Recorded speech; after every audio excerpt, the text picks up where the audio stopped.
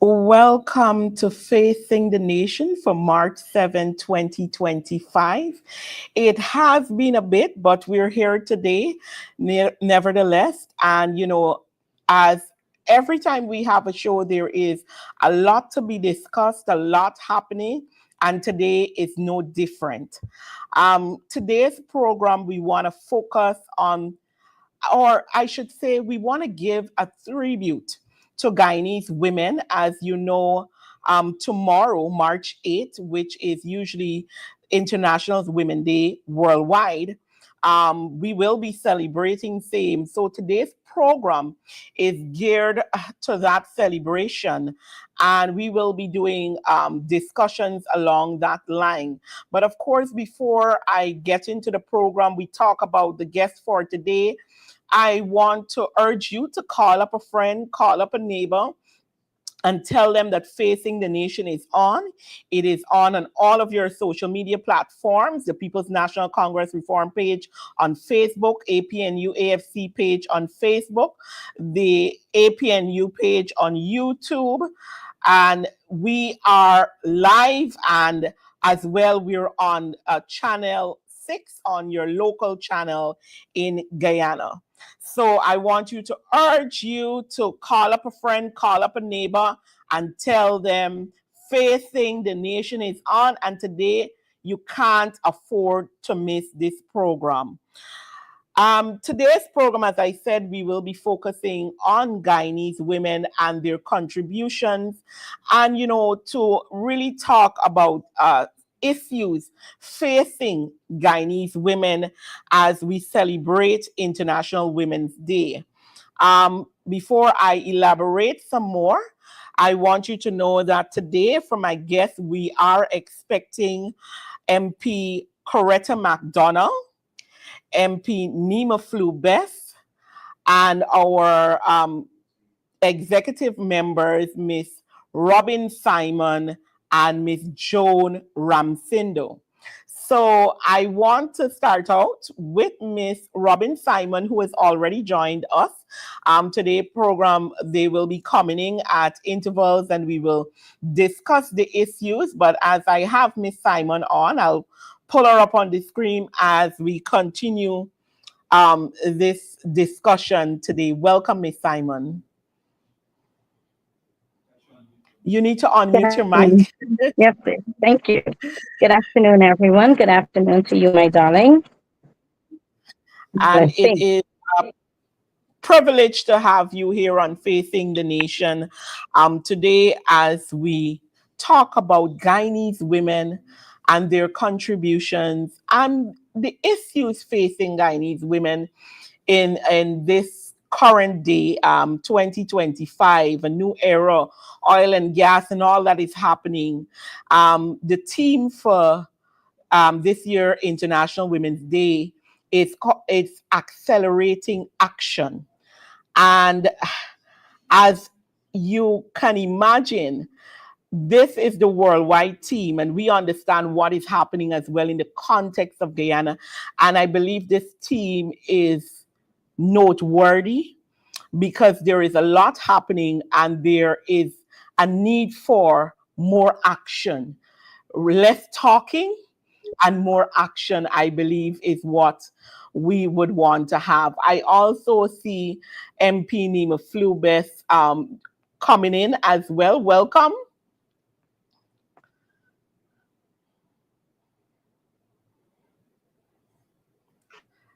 I'm not hearing her. Maybe she's having a little technical issues. Of course, to our viewers, all of our women today are women who are doing different things. So that's why they will be coming in and we'll be having these discussions that way because we know they're doing a lot as and still looking to contribute to the program today.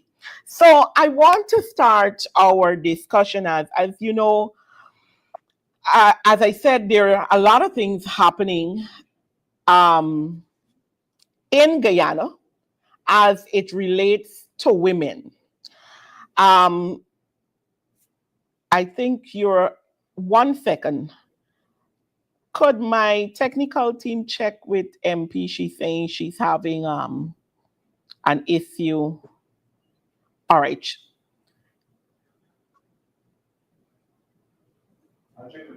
All right. Yes. So there are a lot of things happening currently in Guyana as it relates to women and what is happening. But before we get to that, you being my guest today, you are a woman in politics. You are a woman who has put yourself out there to be a voice for the people, not just women, but the people of Guyana. And of course, in doing so, there are many challenges and benefits as well to that, I'm sure. And as this discussion begins, I want to gear our conversation for you to tell us a little bit about, how you feel about being a representative of the people, being a woman in Guyana as it stands right now and all that is happening, and the challenges that you face and the ups for you. Good afternoon once again, Shanika, and good afternoon to the viewers. Thank you for tuning in, and thank you for joining us all in all. Shanika, as a woman, a beautiful young lady, coming from a Correct. long line of women who played a part in struggles and the development of Guyana. I am not, there is no part of me that is sorry for taking steps and using my voice to assist in making a difference. It's something that I've seen, I grew up with, and a lot of challenges that we face as a family, from my sister being victimized because she was also a member of the PNC party, Karen Elliott, back there in sometime in 94, when she was fighting for Bureau of Standards. Then you have my other sister, Morna Pritikin, who was a member of parliament. She also had, she also faced with, she was indeed um, involved in all of the protests where she ran from bullets and dodge and back in those days. Then you had my mom who also and my grandmother who also gave their home to politics, the dealing with the growth and struggles of the people of this country. The home was used for that. And then there was my also my other grandmother, Beryl Simon, God rest all of my grandparents' soul, Celine, and all of them, Yaptik, and who was also former mayor of Georgetown. They have all played a part in struggle, Mm. fighting for the right cause and the right causes of life, things that are happening in Guyana, in and around Guyana, especially our Guyanese women. And I came through that line. So that is in my DNA, using my voice, my platform, the challenges that I'm facing, the excitement of being a part of growth. I look past all of it to make sure that our women are safe, they can relate to us, we can understand, I can understand what is happening, I can help in whatever way I can. And that is one of the ups for me. Basically, that's the up for me being able to assist and reach out to our women of today. So that is where it is going, or it has gone, or the beginning for me, on the whole, as a young lady living in Guyana. You know, you talked about the ups, and a lot of times we see different things being put out about different persons, and I will venture into that part. I mean, in this political party, we have had lots of women who would have suffered um, many forms of victimization at the hands of our opponents for simply representing what they feel is the right cause and the cause for all Guyanese, whether male, female, Christian, Hindu, Muslim, in this fight. And there are still many of those. Miss Carol Smith Joseph is currently being placed before the court for so many things that they are unable to, solidified or come to. And we had many women as well, even before her in the party, who would have been locked up at some time, and all of those things. And she's been in the party for more than 50 plus years and have endured and still is here, still fighting for the rights of all of Guyana and not just some. And here you are stepping into this part of politics in the more open front recently in your fight to or to give voice to an issue that was happening, and you were charged and you are currently still before the court dealing with a charge of terrorism simply because you called out the actions of the Guyana police force in the Mr. Bacchus case. And you are there still dealing with that and doing the things that you do. Give us a thought, a feel about how that was. And I know that you spent your 72 hours in the lockups as well, particularly with this case. And how was that? How did it make you feel? And why, after going through all of this and still being before the court, that you are still able to push the way you are? Now, before I go deep into this, let me say to the viewers, first of all, yesterday was Quindon's birthday, Mm-hmm. and it was a bit a slow day for the family. I want to say shout out to the mother of Quindon Bacchus and father of Quindon Bacchus, and to the young ladies who came out and started the protest, because it was not only Robin Simon. The protest started Correct. before Robin Simon got there by a group of young ladies who were all Quindon Bacchus's friends, and also one young man by the name of Ray Ray Lilly, as we all know. But Quindon could have been my son. And when you grow up in an environment where your family or your surroundings is always being there for the people, it's only natural that the good side of you or your instinct, something is gonna kick in at the time that will make you want to stand up. The Guyana Police Force was trying to cover the murder of Quindon Bacchus. Now remember, Quindon Bacchus came from a woman. He has a family. And I want you all to also remember that Quindon was not given an opportunity to reform his life. That was taken away from him by the people who were supposed to protect him, the people who were supposed to protect us. So when the young lady started the protest and I joined the protest, it's something that was only natural for me. When I was charged, when I turned myself in and I was charged, and they took me to La Penitence police station and I spent my 72 hours. It was hard for me because I was removed from my a comfort zone, so placed in an area that Quindon should have been in. He should have been in the lockup. So when I was placed there, it gave me time to reflect and think about this entire situation. I was embarrassed. I was humiliated as a woman.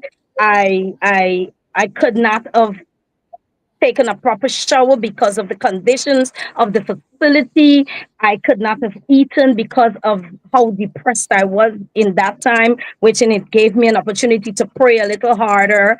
And I was faced with placed in a position where I was given a chance or an option. You choose because you sound your voice and you cried out for help, and you cried out because of victimization, or someone that was he was not given a chance. He was murdered by a guy in the police force, elements within that force. You were given I was given an option to choose whether I should continue to be silent or I should continue to voice my concerns about the things that are facing the citizens of this country. So I choose to voice my concern. That was a choice I made to step into that protest because somebody had to do it. It had to be done, whether we like it or not. So fighting for Quindon, I will do it again. I will never leave the side of any woman, any person, any mother's boy, girl, child, young man who I feel they have been victimized, and I can play a part. I will continue to do it. Facing the court is a humiliating factor as well, because every time you go, it's hard for us. Every time you go there, if the case is either put forward, put off, and then you have to listen to some of the police officers who are giving evidence against us, saying all sorts of things, knowing that this is a life that was taken, and they're trying to justify their actions for putting us away because we protested. It was good we protested for Quindon, but it was bad at the same time because why? We did not apply to protest. So it's challenging to explain how I feel. I would be lying, but it's to put that feeling in a nutshell. It is the most humiliating, devastating. It is a hurt I cannot really explain, and it is putting a damp on your life because you can't do certain things. And I think that is what the PVP government wants us to do, is they want to shut us down so that we do not further go on in standing up for justice for our citizens.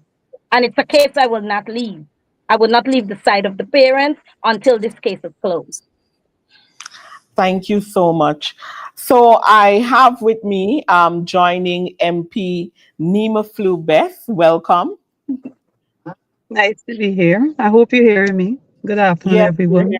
Good we're afternoon, hearing sis. you clearly. Good.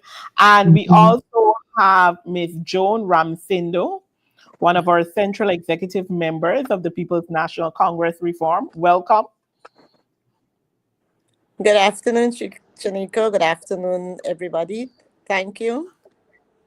All right. So, on the same note that I've had this little discussion that I started with Miss Simon, I want to go to MP Flubeth. I know she said she does not have the whole period with us, so I want to get her thoughts in. Now, as I said at the start of the program, this year's theme for International Women's Day is Accelerate Action. And I know that you are one of those women who are out there always representing the people of your constituency, the people of Guyana, wherever the need be. You're one of those persons that is there, willing, and able to represent.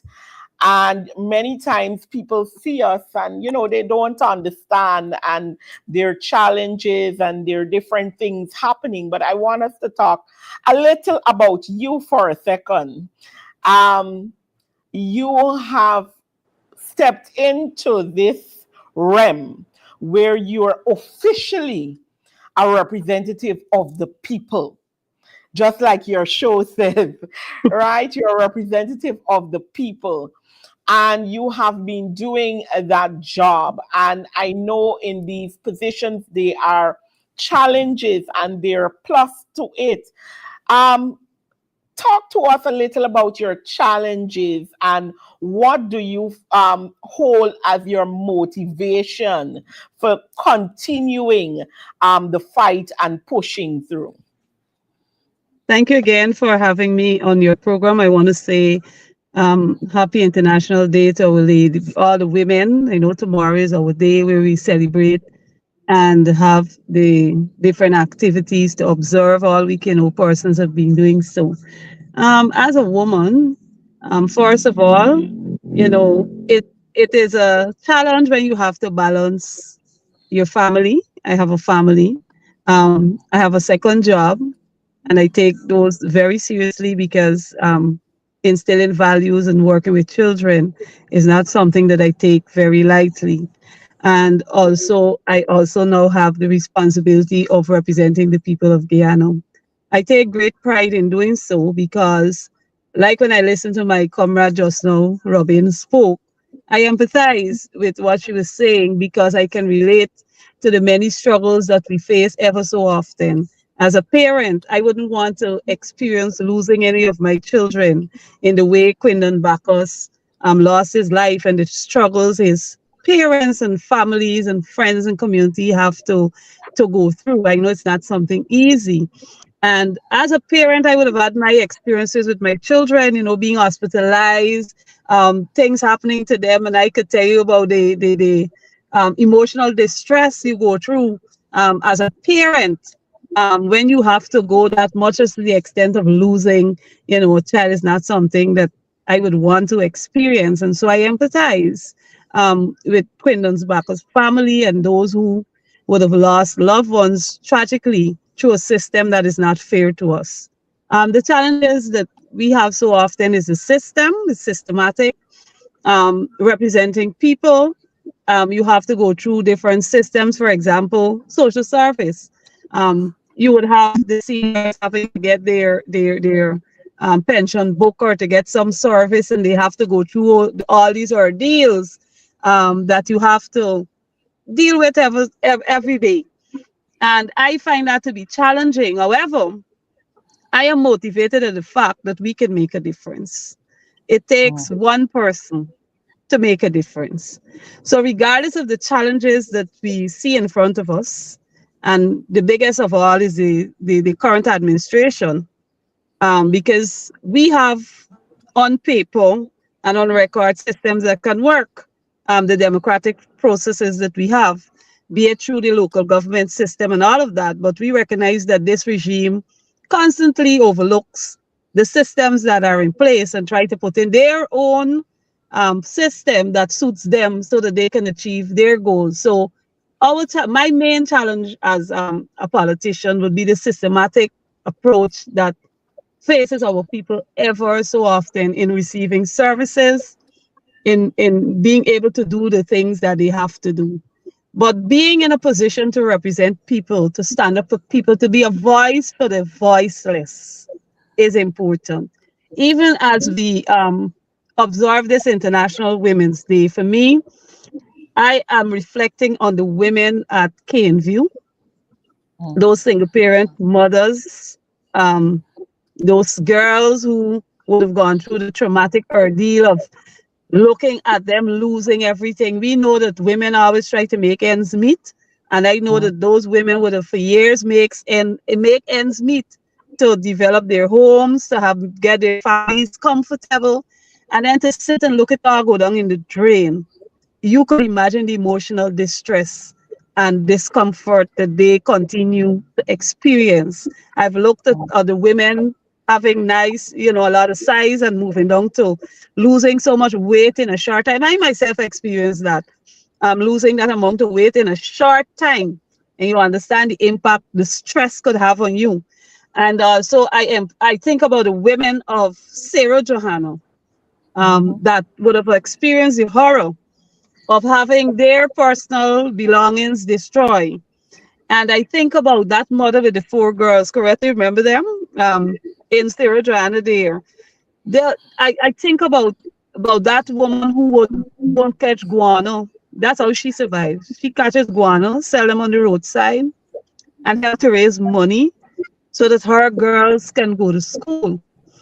I mean, when you look at all these different challenges, it gives me motivation to fight because I know as a woman, we have a special gifting to stand up. I think God really made us special. When people would see that, it's not going to happen, and we know that we can all relate to that. We always come up with a possibility or trying something else to make ends meet. And I will use the regular term that the old people would use. You cut a corner here, cut a corner there, and you make it happen. And so we're very privileged to be in this group. And I will continue to represent the people. And I want to encourage all women, let us stand up. I personally believe that the women could cause a dramatic change in Guyana if we unite together. And Thank I you pause so there. much. Thank you so much. And it can tell we can tell by your statements just now. We were talking about you, but you had to speak on the issues because it is just natural for you to want to deal with the matters that touch or helps to safeguard other persons. I see MP Coretta McDonald joining us now. Welcome to the program, MP. I think you're muted. All right. I'm sure she'll get to us. Miss Joan Ramfindo, let's talk with you a little bit on the same length. As I said, I want to talk to the women here about them today for a few before we get into talking about the other issues. Ms. Ramfindo, you again, you're here. You are a representative Oh, of the Nadia. people, and particularly those in Region 1 as well. I know that you do a lot of work in that region to help persons, not just women, but persons generally in that zone and out here as well. Let us talk in the same light. How does it feel to be a part of a movement where you're able to represent the people, and what do you see as some of the negatives in your case, and how do you overcome it?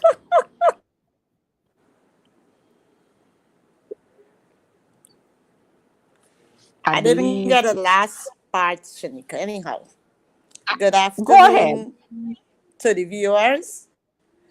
I must say thanks to Shanika to bringing me on to this program. As a woman, I always look at Tyrus Riley's song. Is woman it's gone again. If God was a woman, Strength of a Mhm. or woman. it's like we as women have a lot of challenges in all aspects of our life. However, I thank God that we're blessed with something extra that helps us to overcome the challenges. Now, as a leader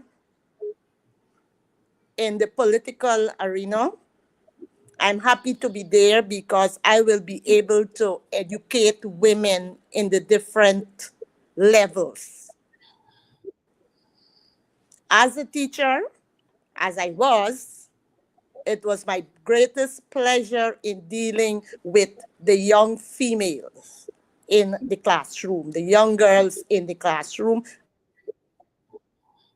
and also with the mothers, trying to help the young mothers in guiding them in how to raise their children in terms of moral values. It was a Mhm. pleasure in doing that. Are you hearing me? Yes, so we're hearing you. We're not seeing you, but Um, we're hearing you. You can go ahead. yes, Shaniko. I enjoy doing women's advocates because of the disadvantages that have been mailed out to us. from early ages. We women, it says that, traditionally, women are seen as caregivers, nurturers, homemakers, and helpers. And that is what happens most of the time. We are not looked as a species of being part and parcel of all other in the academic, in the professional ways, which is wrong. In my way, I try to encourage women to know that we have the same qualities like men. We can do things like the men, and sometimes even better. All right. Thank you, Miss Ramsindo.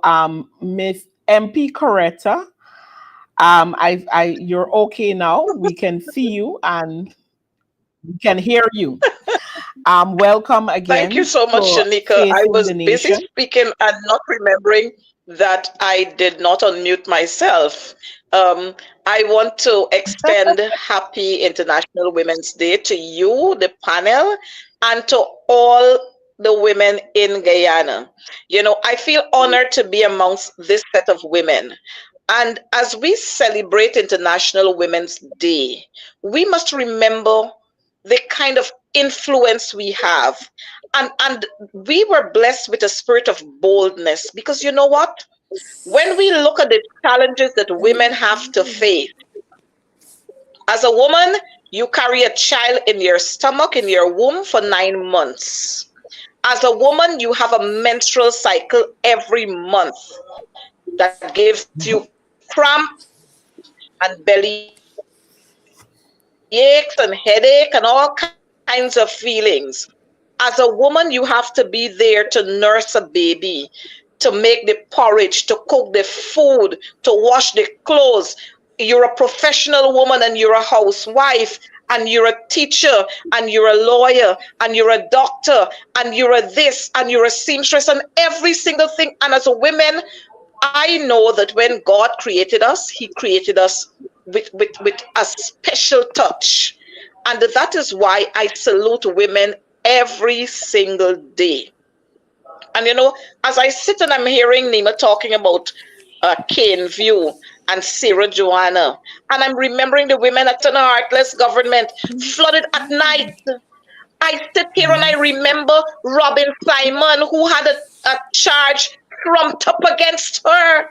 You know, and when I see Robin after that, and the additional boldness that that would have given her, I have no other choice but to support our women. And even as I reflect on some of our modern day women, I want to pay homage to some of our more matured women whom we have learned quite a lot from, and it is on their shoulders that we are standing today. I want to pay homage to Ormelia Johnson, Volda Lawrence, Amna Ali, Viola Burnham, Mhm. Janet Jagan, Winifred Gaskin, Carol Smith Joseph. I mean, every single in them. And they have their own unique way of making things happen. And to them I want to say hats off to you. And I don't want to get into trouble, but I have to remember one of our educated too, Cheryl Sampson, and so many other women around the party within the education sector, the late Genevieve Whitened, but all of these women, when we look the same way, we are being stifled in one way or the other. We're quite a lot of male folk. I don't know if they feel challenged, but they have sought to undermine in one way or the other the progress of women. And you know what is disgusting is that we as women sometimes we join in pulling each other down. I'm hoping that today and tomorrow, which is officially International Women's Day, that we are going to purpose in our hearts to fix the crowns of our queens, to fix the crowns of our princesses, and to be there to shoulder each other and to rally around each other. Of course, when we go wrong, we are going to highlight those wrongdoings. But we must be there as women to champion the rights of every woman.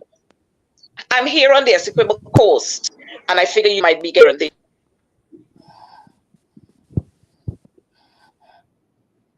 You're breaking up a bit now.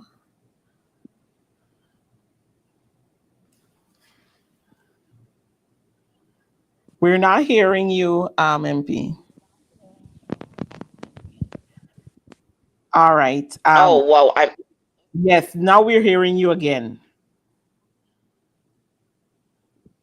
And you're off again. I believe it may be a little of the internet connection. Maybe you need to go closer to wherever you're getting the internet from. Um, Unmute and let me see if we can hear you again. Are you hearing me again? Yes, we're hearing you again. Yes, so I'm saying I'm on the Essequibo Coast, and I couldn't help but notice an educator, Jennifer Taylor. She was the head teacher of Abram Zul Secondary School. This secondary school was rebuilt. All of the systems were put in place while the coalition was in office. And this school was rebuilt under the coalition. But you know what? The PPP government had the opportunity to declare open this school. This school being rebuilt as a state-of-the-art school, she was denied the opportunity of heading that school. And it's for several reasons, but one of them, the reason is because she's a woman. She was denied that opportunity. But you know what? Hats off to Jennifer Taylor, because she would have instilled values in hundreds of students along the Essequibo Coast. To our teachers, our women, our female teachers along the and to all of us as women.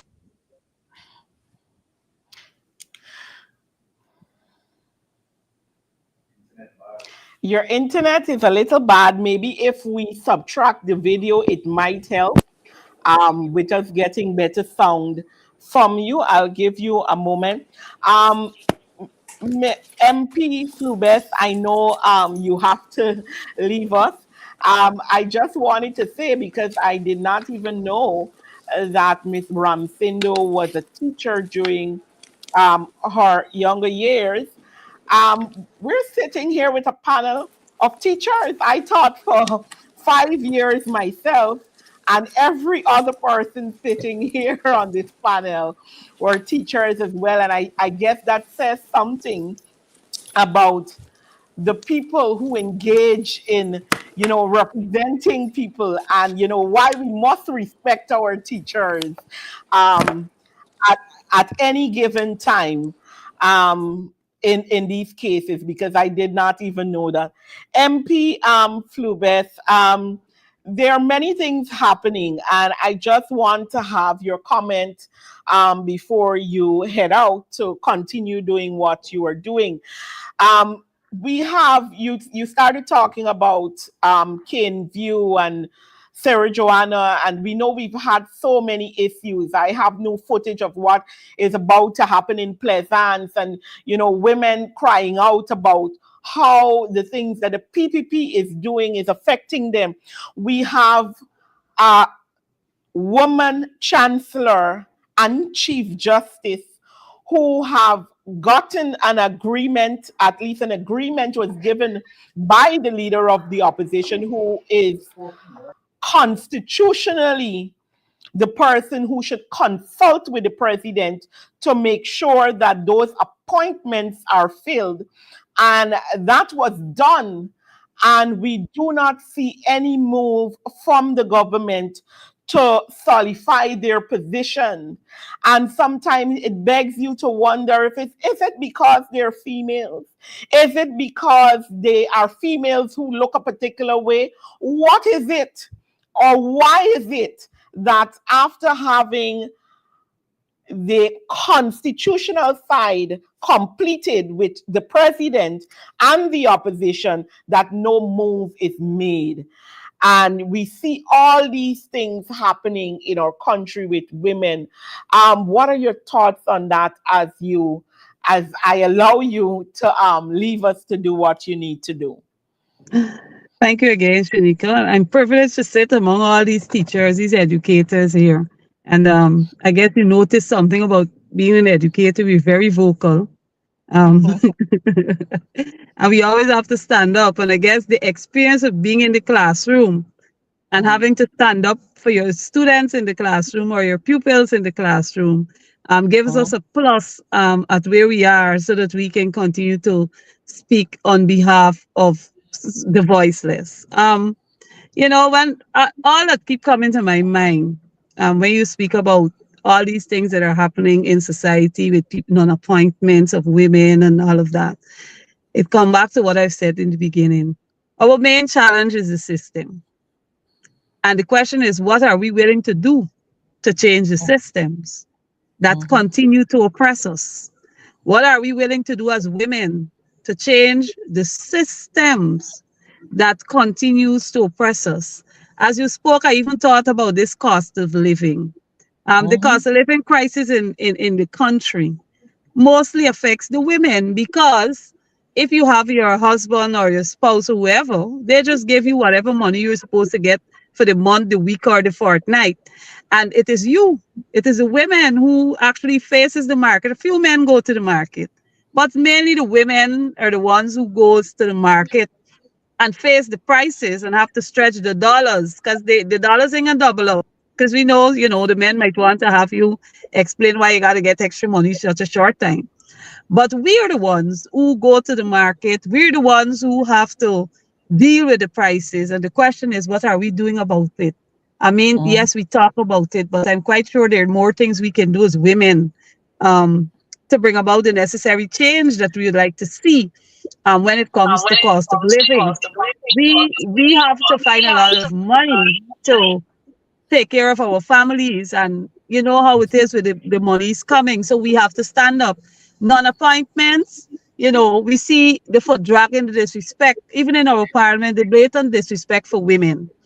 And again, what are we willing to do as women to stand up for that? As a team says, this year is action, right? Take action. Isn't that so, Accelerate. Shanika? Accelerate Accelerate action. action. Mhm. How are we accelerating action to ensure that we don't continue to suffer in the system that oppresses us? There are many things we can do. We can speak out, we can protest, we can do so many things.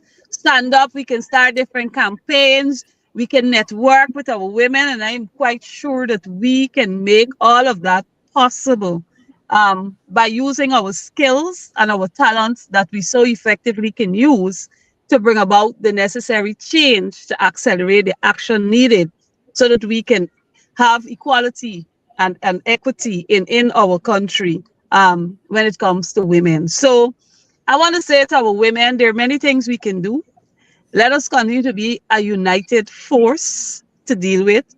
As I said before, I personally believe that the women in Guyana can bring about the change that is necessary, radical change that is necessary. So when we see all these abusers walking around freely as though there's no care in the world, if we learn to network together as women, trust me, the abusers will get quiet. They will think twice. Because when women come together, we know what can happen. Historically, we see what one woman could have done, what many women could have done, would have done to bring about the change. And I trust that we can continue to network together, get our women involved. We have those who might be struggling. Yes, we can support and encourage them, but I am quite sure we can bring about the change needed in the systems that continue to oppress us as women in society. and make the difference. I trust that my contribution have been valuable enough to this discussion. Hats off to you, Sister Robin. Yes, it has been definitely. And of course, I want to thank you again for taking some time to join us in this discussion. And I do believe that your contribution has been heard and is valuable. Thank you so much. All right. So as we continue this discussion, I want us to, as I started out with MP Flubes there, we talk about all these issues occurring within the country. I raised the issue of the Chancellor and Chief Justice. We see domestic violence is taking a turn for the worse. We recently saw a young lady who lost her life um, because it was I'm not taken hearing by her him. partner, who is now claiming self defense after putting not one, not two, not to the foot, not anything of that nature, but 12 bullets in her body, the mother of his child, and now it's claiming self-defense. And I know many are waiting to see what will happen in um in that case. But we have seen so many incidents in this country, and as the team says, we need to accelerate the action. We have been doing a lot of talking as a nation, but I am saying that at this stage, we have to be doing more in terms of action in these cases. And if I may say this before I bring you in, I will say this without any bones about it. I believe personally the only way that we can come to that place where we take these matters seriously and we deal with I them the am way that just we lost. should deal with them is when we get rid of a government who generally cares nothing about the ordinary people of a country.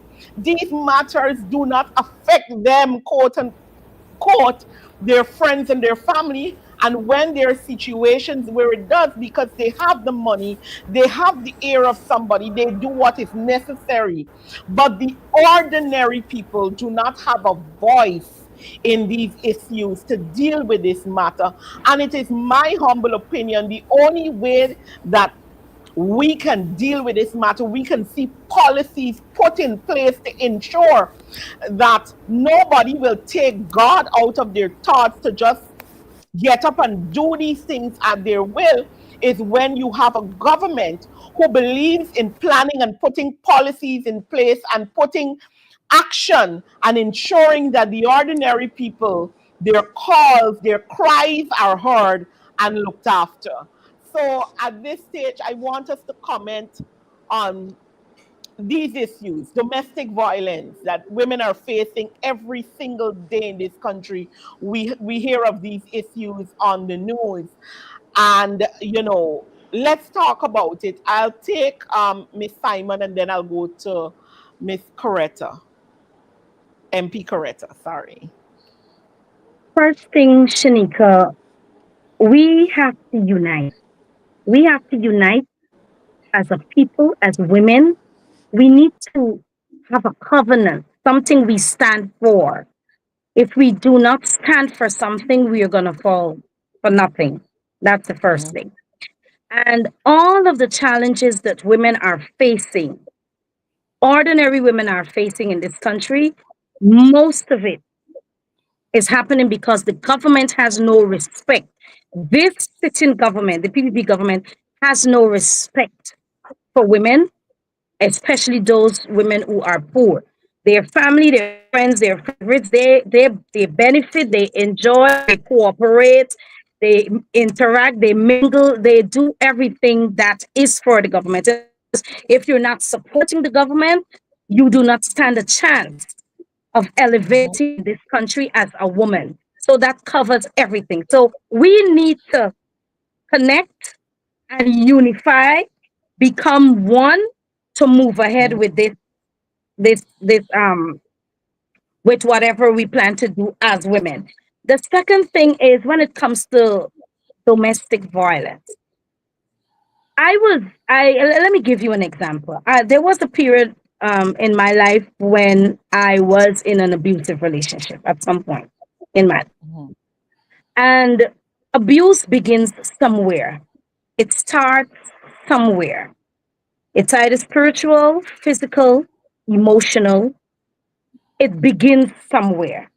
I was more in the physical type of abuse. I've experienced that type of abuse. One thing that I can say to you is that when it starts, there is a period you call the apology period, where Mhm. either you're being abused by male, the young man, or by a woman, because men do suffer abuse too. But there is that apology period where I can say for me, I find it to be sweet. And then you have the fact that women have to deal with the fact that you have kids. You would not, especially if you have daughters, you don't want them to see you changing partners or coming up with another man or be with another man to man to man. That is one thing Mhm. too that allows you to settle. Then you have the fact that you're dependent, you're depending on this young man or this young woman. In my case, let's talk about the man. You're depending on this young man for love, finances, security, your job. You're not making as much money as he is. So you become a dependent. So you accept all of these things that are being dealt to you.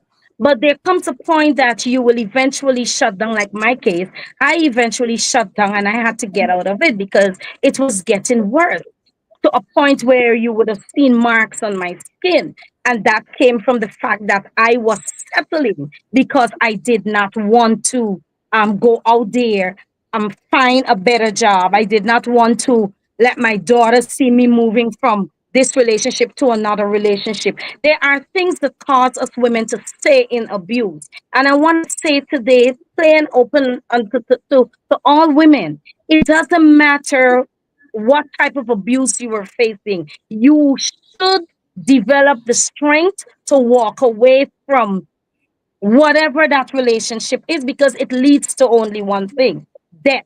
And because we have nothing or no proper system in Guyana where you can go or you can turn to, the human services, they are there. But how much are they doing for our women? Not much. You have all these budgets, thousands, millions of dollars going into the human services for all of these things. But where do you turn? You have nowhere to turn. So the best thing for us to do as women is to step aside. And mom used to always say, never let your partner know when you want to walk away from the relationship because not all men are strong or not all women are strong. So it leads to another aspect that we all cannot deal with. But I am let not hearing.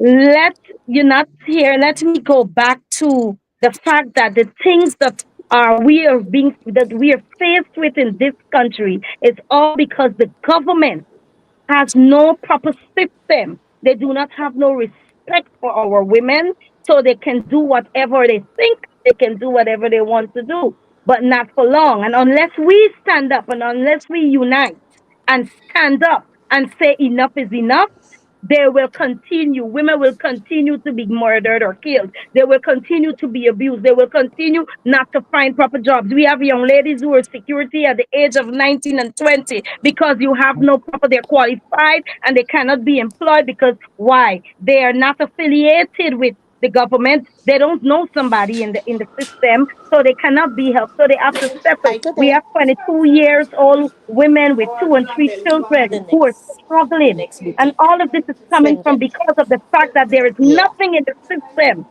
nothing in the Yeah. system that provides or prepare for our women of this Mhm. beautiful country of ours, Guyana.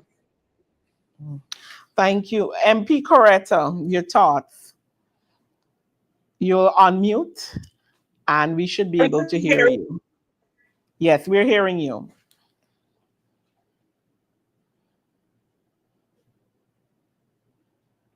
MP Coretta?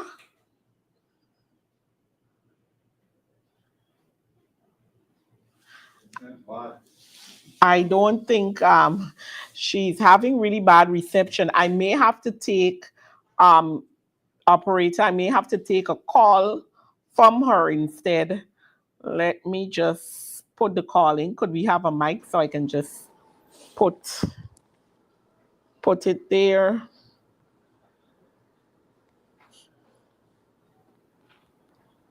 One second.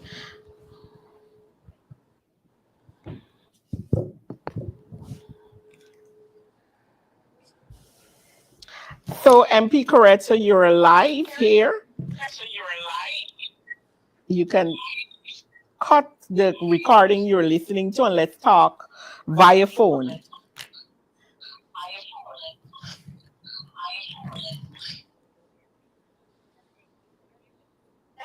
Yes, we're hearing you.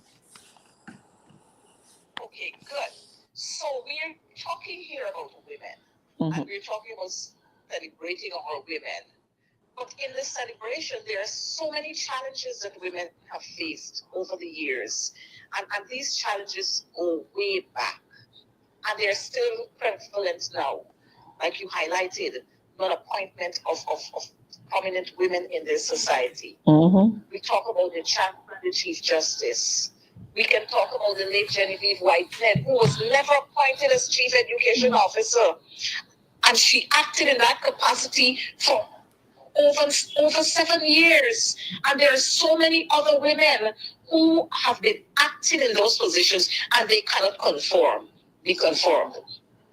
I want to use this opportunity today to ask President Ali to please, it's long overdue, appoint these two women. You've already been given the go ahead or the green light from the leader of the opposition. Please appoint these two women.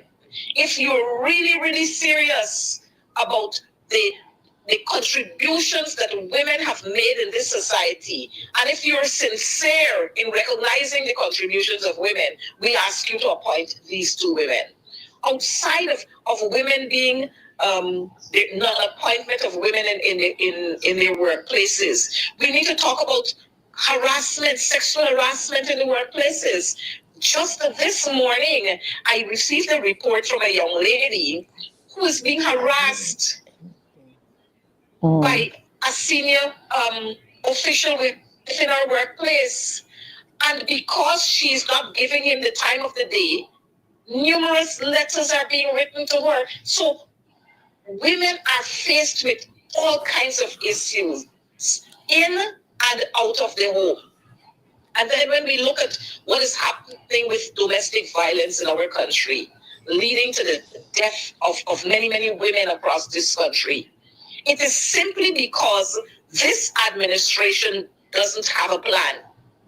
They have no plan for women in this country. They have no plan for children. They have no plan for men in this country. Absolutely no plan for the citizens of this country. And so I want to call on this administration to start doing something. Start educating our men. Start educating our women so that we can save lives. Too many women have lost their lives between 2020 and now. You check it. The facts are there. And so on this forum, I want to say to our women folk, there's an old saying that says, you don't wait till nighttime to light, was it? It just slipped me. But they were talking about if you can't see something during the day, don't wait for nighttime. That's the analogy. If you can't see it during the day, don't wait for nighttime to look for it. When you start getting signals of shouting at home, start taking note. When you start getting signals of hand moving, start taking note. When rowdiness starts happening in your home, take note and don't allow them to escalate and go further. But you know what? some of our women folk have got to stay in some of these conditions that they're in because one, society will paint them differently. Mm-hmm. Two, the system doesn't provide hope for them. And these are some of the reasons why women stay in homes and are continuing to endure abuses that can lead to death or sometimes leads to death because the system doesn't provide any hope for you. When we talk about jobs, are there jobs readily available for women across this country? Some who have jobs, they're getting the hell of a time in their jobs, like I just mentioned. We look at the technical institutes across this country. How many of them have women in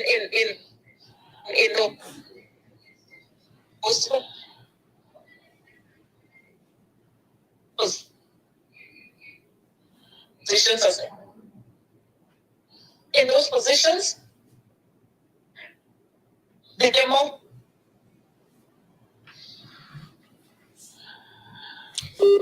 And the internet is acting up again. All right. Thank you, MP. As soon as you get on back, we will. What plans do we have for our ordinary women?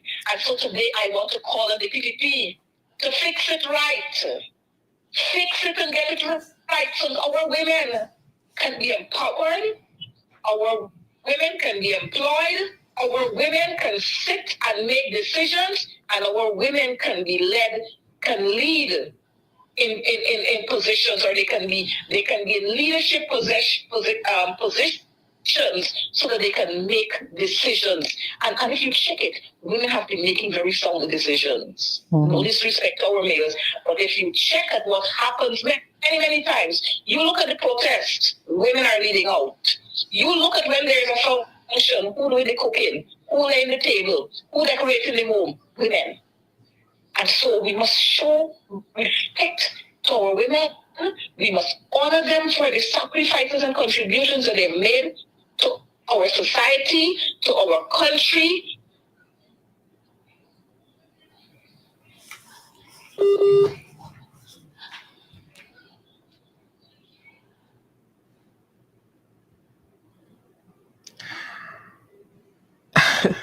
The signal, the internet, everything is acting up. Thank you, MP Coretta, for that contribution. I wanted to say, as we begin to wrap up, and I allow Ms. Ramsindo to give her view on this because I see she is back on. I want to remind this nation, when it comes to disrespect of women and disrespect from the highest levels, we have seen it all. From this PPPC government, we have none other at the highest, who held the highest office at the time. The current vice president, Mr. Jack Dio, had his former wife, in uplifted commerce, come out and talk about the level of abuse she was met with at State House. The way she was put out and she had to sleep on the outskirts of State House because of what he was doing. You had a minister who had said in front of the entire media, he spoke to an activist and said, I would strip and slap you. You had occasions where sitting ministers would have threatened women with guns in front of places like Palm Court, etc. You have ministers who are accused of rape, and we saw those charges didn't even get the time of a day. So we understand the people that we're dealing with in terms of how they view and how they see women. And therefore, I am saying it is time for us to take action. And I wouldn't call on the government at this stage to do anything.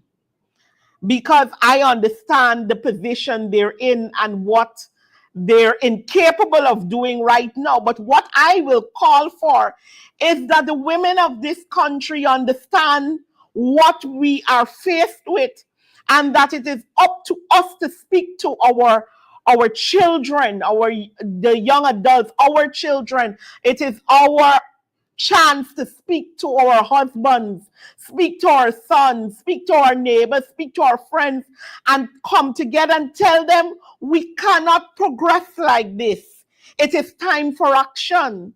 So, in this year, where it is the year of action, that we go and do what it is right when those elections are called, to ensure that Guyana gets a government that will take into consideration its people first and not itself, but rather the people, the women, the children of this country, and let them put them first before anything else. That is what we need to come together to do right now. Miss Ramsindo,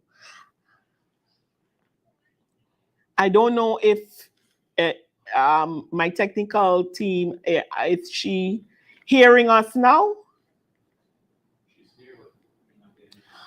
All right. So I don't think she is up and running, but we have like 2 minutes to wrap up the program here. And I think it was important that I said what I said just now, because we have to understand that it is time for action. That's why I said I love the theme for this year: accelerate action. That is what we need to be doing as women, as we reflect on our situation in Guyana. We need to come together and we need to do what is necessary. I want to assure you, today's program will not be the only one dedicated to, this tribute to our Guyanese women. What I will be working on is to ensure that you keep looking at our social media platform as we highlight Guyanese women, past and present, their contributions, and so that we can bring tribute to them. A lot has been done by Guyanese women, and we need to continue to rep them. We need to continue to support them. We need to continue to push as we move forward. I will permit Ms. Simon to give your closing thoughts as we wrap up today's program. And of course, I want to assure my viewers that we will be seeing some of these women again, and we'll be talking with other women as we progress through this month of March. Ms. Simon.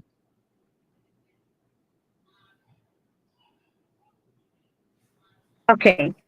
Shanika, as you said, that the team is to accelerate, this year's team is to accelerate action. What I want our viewers on this entire country to understand, that one way we can start, or one of the ways we can use to start this action, is by making sure we vote this government out. We have to make sure that we see the back of the PPP and their supporters, their friends, their families, and their favorites. We have to vote them out. That is one way. The next way, we have to come together as women. I'm gonna say this again: unity is very important, and this the fact that we're going into an election under the leadership of Aubrey Compton Norton, our leader, who I know is very down to earth, supports all, works with all, listens to all, and is ready to take this country into a new era. I must say that some of the things that we are airing out there, you all know I'm going to go on that, and I just need to step aside a bit, 1 minute before I add all some of the things that are being said out there, that is pro women, he's not for women, and then you have the ones who are saying that he's a sexual predator, and all of these names that are going behind. We, as women of this party, and I can safely say this, and Shanika, you can bear this with me, we have Yes, never definitely. experienced the comrade leader in no way or form has he ever disrespected us. And people are going out there saying that they need to be mindful of sending their girl children to Congress Place and all of that. We are in Congress Place 24/7. Sometimes we spend Mhm. most of our days there. We have women who are working in Congress Place. I must shout out to those women who are there who have never experienced the comrade leader in any way Mhm. that is not befitting of him. So I Mhm. want to say to all women of Guyana, before we go, we want to remind you that one way for us to accelerate is to vote and vote Mhm. PNU, PNC when that time comes, so that we can take this country forward at all means necessary. The team is there, we are there, we will continue to be the voice and ears of the people, and we will continue to stand up and fight for you as Guyanese. I must say, you made the point about the leader, and I want to echo your sentiments. Sometimes when you listen to some of the things that are said out there, it hurts because you are somebody who is here, you're working with a team, you see the dedication that the leader has for this party, for the women of this party, the way he works with the women of this party, the young people of this party, and as he has done for decades in this party. And only because some groups of persons wants to have their way, they will say anything and do anything to tarnish a reputation that they can't, because we have seen this man is somebody who has been in politics for decades.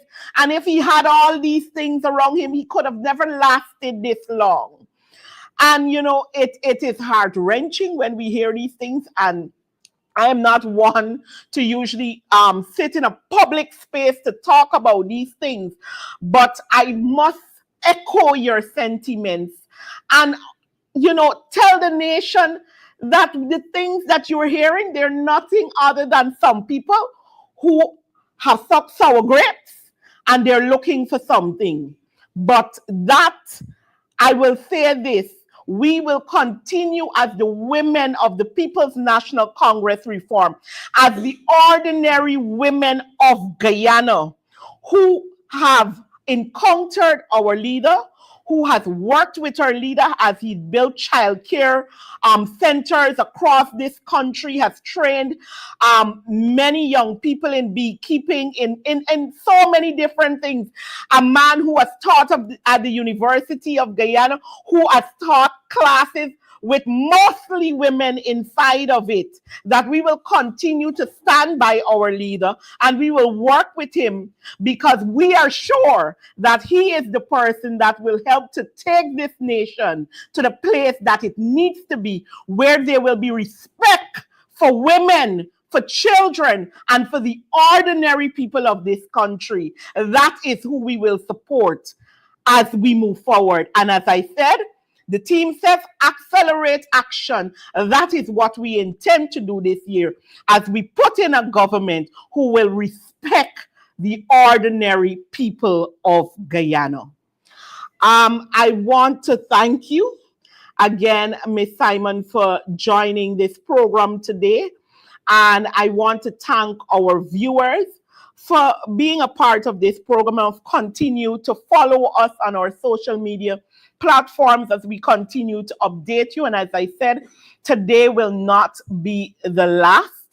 And we will continue to speak on the issues of women, and we will continue to represent the people of Guyana in our fight to ensure that this country comes under government who will be able to protect its borders, will be able to protect its women, will be able to protect its children, and will be able to protect our country at large. I charge you to continue to hold this government accountable. Do have a wonderful weekend. And of course, happy International Women's Day to all our women worldwide, and especially to our women of Guyana. We want to say happy International Women's Day to you. Do have a great afternoon.